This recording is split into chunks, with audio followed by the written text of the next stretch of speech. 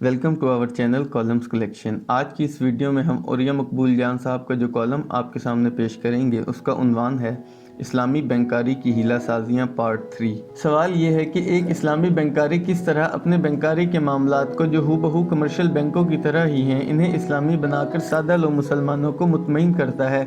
एक इस्लामी बैंक क्यों इस्लामी नहीं है? इस सवाल का जवाब जॉन फॉस्टर ने अपने मशहूर मजमून इस्लामी मईशत की नाकामी में दिया है जो 15 जुलाई 2010 को शाया हुआ था। जॉन फॉस्टर मशहूर magazine Islamic business and finance का बहुत अरसा एडिटर रहा था।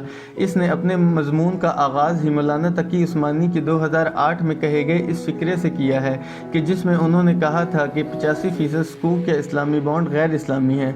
जॉन फॉस्टर तंजिया अंदाज में कहता है कि मौलाना तकी उस्मानी जो इस्लामी बैंकारी के जद्द अमजद हैं, इनका ये बयान बिल्कुल ऐसे ही है जैसे सरमायादाराना निज़ाम का जद्द अमजद एडम स्मिथ ये कहे कि आज़ादाना मईशत मुकम्मल तौर पर नाकाम हो चुकी है। मौलाना तकी उस्मानी साहब के इस बयान की वजह से जॉन फॉस्टर के नज़दीक पूरी इस्लामी बैंकारी के करता धरता लोगों में एक तशवीश की लहर दौड़ गई थी।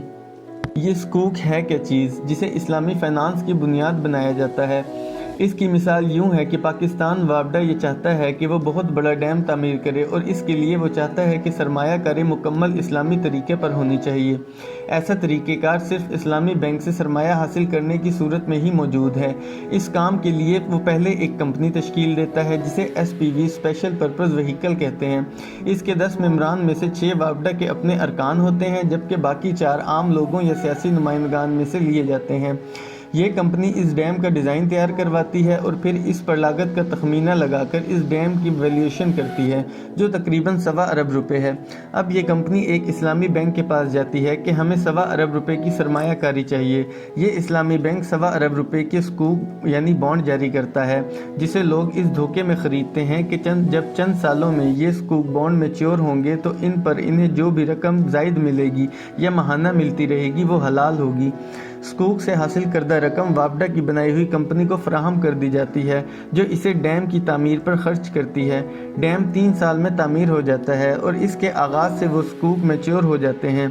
चूँकि इस कंपनी ने ये डैम खुद नहीं चलाना बल्कि डैम तो वापडा ने चलाना है, इसलिए वापडा अपनी ही बनाई हुई इस कंपनी से डैम एक फ़िक्स रेट पर किराए पर ले लेता है और जब तक वो डैम पर चढ़े कर्जे की किस्तें पूरी नहीं करता ये इन इकसात के साथ साथ डैम का किराया भी अदा करता रहता है। हैरानकुन बात यह है कि ये किराया इस्लामी बैंक भी दुनिया भर में मौजूदा शरह सूद को देखकर वसूल करता है। यूँ इन सकूक बॉन्ड खरीदने वालों को मुसलसल मुनाफा दिया जाता है जो अमूमन एक फ़िक्स किराए की सूरत में हासिल किया जाता है और इसे ऐन इस्लामी मुनाफा करार दिया जाता है।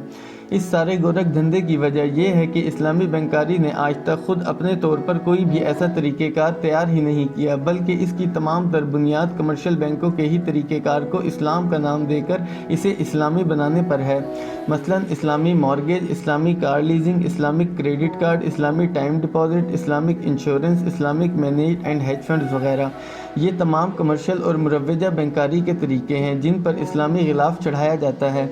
मसलन कमर्शियल बैंकों की कार लीजिंग और इस्लामिक बैंकिंग की कार लीजिंग में फ़र्क ये है कि अगर आप एक आम कमर्शियल बैंक से लीज़ पर गाड़ी लेंगे तो वो आपको साफ साफ बता देगा ये 20 लाख की गाड़ी है और 50 किस्तों में आप 22 लाख रुपए देंगे जिसमें 2 लाख रुपए सूद होगा।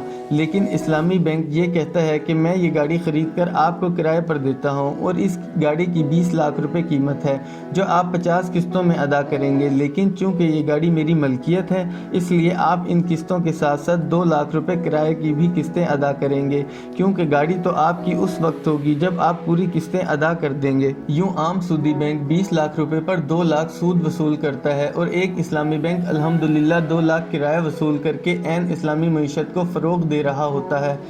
ये फरेबदही दुनिया में तो चल सकती है और चल भी रही है, लेकिन क्या आप रोज़े आखिरत अल्लाह को अपने इन हीलों का कोई जवाब पेश कर सकोगे? रसूल अकरम सल्लल्लाहु अलैहि वसल्लम ने फरमाया जो शख्स किसी चीज़ की 2 कीमतें मुकर्रर करेगा तो या तो वो कम कीमत पर बेचेगा और अगर ज़्यादा पर बेचेगा तो सूद लेगा। عبداللہ ابن مسعود رضی اللہ عنہ فرماتے ہیں ایک عقد میں 2 معاملے کرنا سود ہے۔ ایک عقد میں 2 معاملے کرنے کا مطلب یہ ہے کہ ایک آدمی کہے کہ اگر تم نقد لوگے تو اتنے میں اور اگر ادھار لوگے تو اتنے میں۔ اسی طرح ابن مسعود رضی اللہ عنہ سے مروی ہے کہ ایک سودے میں 2 معاملے کرنا حلال نہیں، کیونکہ رسول اکرم صلی اللہ علیہ وآلہ وسلم نے سود کھانے والے، کھلانے والے، ان کے دونوں گواہوں اور لکھنے والے پر لعنت کی ہے۔ حضرت ابو ہریرہ سے روایت ہے کہ رسول اکرم صلی اللہ علیہ وآلہ وسلم نے فرمایا اشیاء کی خرید و فروخت میں ادھار کی صورت میں جو رقم ساتھ بڑھائی جاتی ہے وہ سود ہے، خواہ یہ صرف ایک بار بڑھائی جائے یا ہر ماہ گزرنے پر اضافہ کیا جائے۔ جس طرح مروجہ بینکاری نظام کو تباہی سے بچانے کے لیے ایک انشورنس کا مکمل نظام قائم کیا گیا ہے، جس میں اگر بینک ڈوبتا ہے تو اسے بچانے کے لیے کھاتے داروں کی صحت، زندگی، مکان، گاڑی وغیرہ کے انشورنس سے جو رقم حاصل کی گئی ہوتی ہے اس سے بینک کو دوبارہ زندہ کر دیا جاتا ہے، اسی طرح اسلامی بینکاری کے تحفظ کے لیے باقاعدہ اسلامک انشورنس کا ویسا ہی نظام وضع کیا گیا جو سرمایہ دارانہ معیشت کا ایک جزو ہے۔ اس پورے نظام کا تفصیلاً جائزہ لیں تو یوں لگتا ہے جیسے سودی بینکاری نے اسلامی غلاف اوڑھ رکھا ہے۔ اسلامی بینکاری دراصل برٹن ووڈ کے سودی مالیاتی نظام کا ایک زہریلا پھول ہے جو اس نظام کی سب سے بنیادی چیز یعنی مصنوعی اور جعلی غیر اسلامی کاغذی کرنسی کو بھی چیلنج نہیں کرتی اور نہ ہی اسلامی کرنسی نقدین یعنی چاندی اور سونے کو سرمایہ کی بنیاد بناتی ہے۔ جس طرح پوری دنیا نے ڈالر پر ایمان لا کر اسے سٹینڈرڈ مانا ہوا ہے، اسی طرح اسلامی بینکاری بھی ڈالر کے ہاتھ پر بیعت کیے ہوئے ہے۔